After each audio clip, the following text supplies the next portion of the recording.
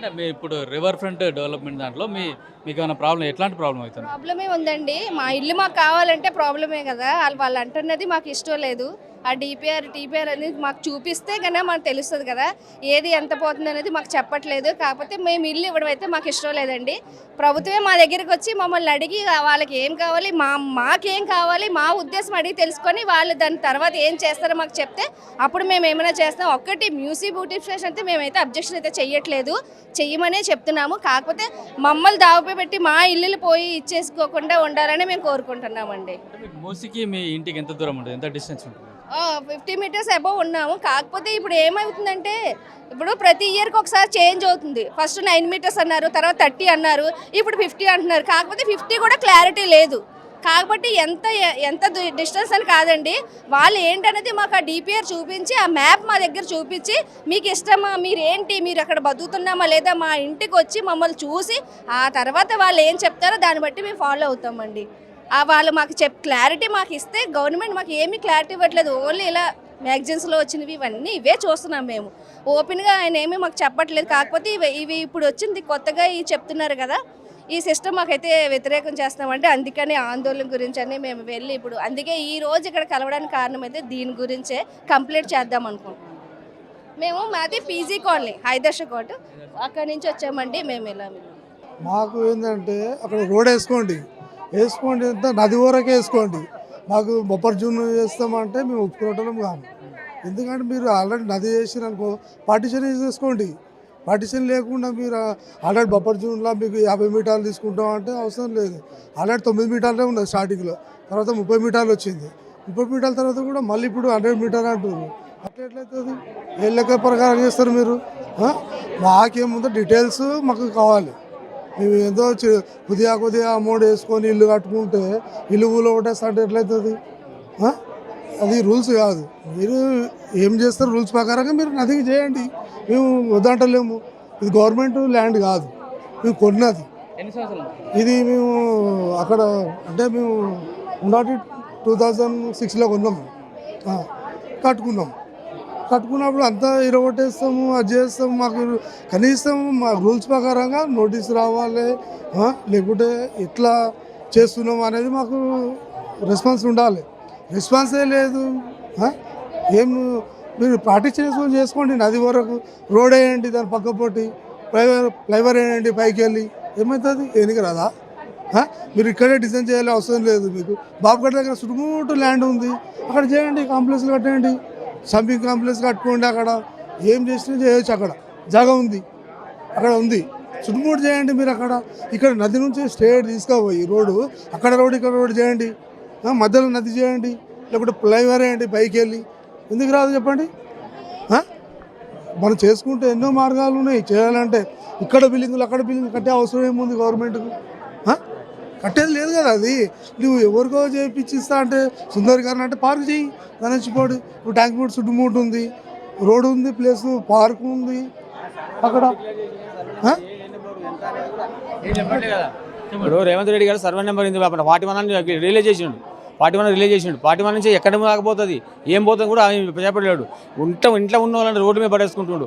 ఏం అన్నం తినాలని తినబోద్దు కావట్లేదు, నిద్ర రావట్లేదు. చిన్న పిల్లల్ని వేసుకొని మాకు బాధపడుతున్నాం. ఇది చూడట్లేడు ఆయన. ఎందుకు ఇంత చిత్రంతో పెడుతుండు? మాకు ఛాన్స్ ఇవ్వండి అని చెప్పి ఓటేసుకుని గద్దెక్కిండు. ఇలా ఓటేసినందుకు మమ్మల్ని తరం కొడుతుండు. ఇదే చేసే ప్రభుత్వం మన ఇదేనా? ఇట్లా చేయొచ్చా ప్రభుత్వం? ఇంకోసారి ఎప్పుడు ఛాన్స్ ఇస్తామని అడుగుతారా? ఇంకోసారి ఆగపోతారా మా ఏరియాకి? అప్పుడు చెప్తాం రేవంత్ రెడ్డి సంగతి. ఇంతే. అంటే అంతా కేవలం రియల్ ఎస్టేట్ వాళ్ళ కోసం రియల్ ఎస్టేట్ వాళ్ళు మేపడానికి, ఆయన వేసుకోవడానికి, వాళ్ళ ఫ్యూచర్ మార్చడానికి, కానీ ప్రజలు ఎడిపోవడానికి దానికి సంబంధం లేదు. ఇది చేసినా ఆయన సంబంధం లేదు. ఈ ఓటు వేయడం ముందుకు ఇంటికి వచ్చి దండం పెట్టి మాకు ఛాన్స్ అని చెప్పి గడ్డంగా చేలు పెట్టుకుంటు. ఇలా గద్దెకి అందరినీ తరుగు కొడుతుండు. ఇది చేసే ప్రభుత్వం ఇదే పని. ఇది చేయొచ్చు ప్రభుత్వం? ఇది ఇంతమంది పోసా తగలదా? ఆయన కూడా పిల్లలు ఉన్నారు కదా, ఫ్యూచర్లో ఆయన కూడా తగులుతాను అనుకోకు. ఇప్పుడు ఇంతకుముందు ఎప్పుడు చూపించేది, ఇప్పుడు వెంబడి చూపిస్తుండే దేవుడు తగులుతా ఖచ్చితంగా తగులుతుంది. ఇంతమంది ఉసురు పోసుకుంటుండు. సార్ మీరు ఎన్ని సంవత్సరాల నుంచి అక్కడ ఉంటున్నారు? మేము అక్కడ ఉండబట్టి దగ్గర 10 years అవుతుందండి.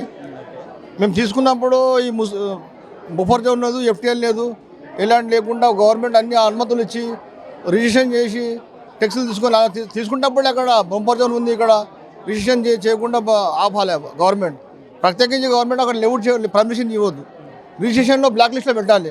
ఈ ల్యాండ్ ఇక్కడ రిజిస్ట్రేషన్ బ్లాక్ లిస్ట్ ఉంది, గవర్నమెంట్ డెవలప్మెంట్ ఉంది ముస్లిం. అయినా ఈ ప్రాజెక్ట్ ఎప్పుడో ఎన్నో ప్రభుత్వాల నుంచి ప్రాజెక్ట్ ఉంది, ఇప్పుడే కాదు ముస్లిం డెవలప్మెంట్ ప్రాజెక్టు, కొత్తగా వచ్చిన ప్రాజెక్ట్ కాదు ఇది. గత పాలకులు ఎన్నో వచ్చిరు చేసిరు, ఎవరు చేయలేకపోయారు ఈ ప్రాజెక్టును. కేసీఆర్ ప్రభుత్వం వచ్చింది, ఆ గత కాంగ్రెస్ ప్రభుత్వం ఉండి అంతకుముందు ఈ 30 ఏళ్ళ నుంచి కాంగ్రెస్ ప్రభుత్వం జరిపించింది, పాలించింది. వాళ్ళు కూడా చేయలేకపోయినారు. తర్వాత ప్రతి ఒక్క ప్రభుత్వం వచ్చి మూసీ ప్రాజెక్ట్ మీద వచ్చి ప్రజాధనాన్ని దుర్వినియోగం చేస్తున్నారు, కానీ ఈ యొక్క ప్రాజెక్టును డెవలప్మెంట్ చేయడం లేదు. ఇప్పుడు రేవంత్ రెడ్డి వచ్చి దీన్ని ఒక బిజినెస్ పర్పస్గా ఆయన మిడిల్ ఫ్యామిలీని తీసేసి అక్కడ కమర్షియల్ పార్ట్ చేసి మల్టీపర్పస్ కాంప్లెక్స్ కట్టి బీద వాళ్ళకి బఫర్ జోన్ రాదు, కానీ బీద వాళ్ళ ఇళ్ళకి బఫర్ జోన్ ఎఫెక్ట్ అవుతుంది అతను చెప్పడం జరుగుతుంది. మళ్ళీ వాళ్ళకి ఎందుకు రాదు బఫర్ జోన్? అక్కడ కంపల్సరీ కట్టడము, అది కట్టడము. కాబట్టి చేయడం ఆయన ఆలోచించి కావాలంటే ఇప్పుడు ముస్లిం ముందు క్లీన్ చేసి అక్కడ డిఫెన్స్ ల్యాండ్ ఉంది, అక్కడ ల్యాండ్ తీసుకోమని ల్యాండ్ తీసుకోవడం ప్రభుత్వం, ప్రజలకు ఇబ్బంది లేకుండా అక్కడ ఎంతో ల్యాండ్ ఉంది గవర్నమెంట్ ప్రభుత్వం ల్యాండ్, ఆ ల్యాండ్ తీసుకుని డెవలప్ చేసుకుంటే బాగుంటుందని మా యొక్క ప్రభుత్వం ప్రజల తరఫున మనం చేస్తున్నాము. रिवर के करीब के हैं हम लोग का जो है सो घर बन के तकरीबन 7 साल के 8 साल हो गया. अब ये तोड़ने की बात चल रही है. इसमें बहुत सारे हमारी बस्ती के घर तकरीबन जो है सो घर इफेक्ट हो रहे से, तो हम हुकूमत से यही चाह रहे हैं कि आप रिवर जो करना है कर लीजिए, पर घरों को किसी की डैमेज मत करिए. ये हमारा यही बोलना है, क्योंकि इससे बहुत नुकसान है. Thank you. कितने साल से रह रहे हो आप उधर? 7 ईयर से रह रहे हैं हम लोग. 7 ईयर से. आपका पट्टा लैंड है क्या? रजिस्टर पट्टा लैंड है, सर्वे नंबर 112 है, ये हैदर इनक्लेव सन सिटी के करीब है. तो हम यही बोलना चाह रहे हैं कि भाई बगैर घरों को डेमोलिश करे हाथ लगाए, आप मूसी का जो करना चाह रहे हैं कर लीजिए नदी का, पर घरों को हाथ न लगाइए. यही हमारा बोलना. Thank you sir. మేము 6 ఇయర్స్ నుంచి ఉంటున్నామండి. మాది బఫర్ జోను అంటున్నారు, కానీ మీరు ఏ డిస్టెన్స్లో తీస్తున్నారో మాకు బఫర్ జోన్ అనేది క్లారిఫై ఇస్తే బాగుంటుంది అని మేము అనుకుంటున్నామండి.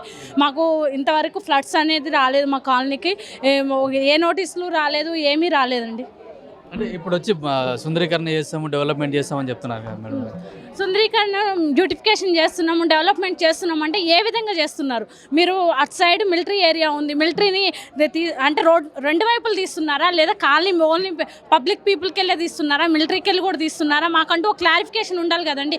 మీరు తీస్తున్నారు, బఫర్ జోన్ తీస్తున్నారు, ఎన్ని మీటర్స్ తీస్తున్నారు? 9, 10, 18, 20, 30 ఏది తీస్తున్నారు? 50 తీస్తున్నాం, ఒకసారి కిలోమీటర్ అంటారు, హాఫ్ కిలోమీటర్ అంటారు. ఎంత తీస్తున్నారు, ఏ డిస్టెన్స్లో తీస్తున్నారో తీసి చెప్తే బాగుంటుందని మా ఆలోచన అండి. ఆఫీసర్లు వచ్చి మీకు చెప్పడం ఎవరు రాలేదండి, ఏ ఆఫీసర్లు రాలేదు, మాకు ఏ నోటీసులు లేవు, మాకు ఏ మార్కింగ్లు లేవండి ఇంతవరకు. ఎప్పుడు మా కాలనీకి ఎవరు విజిట్ అవ్వలేదు.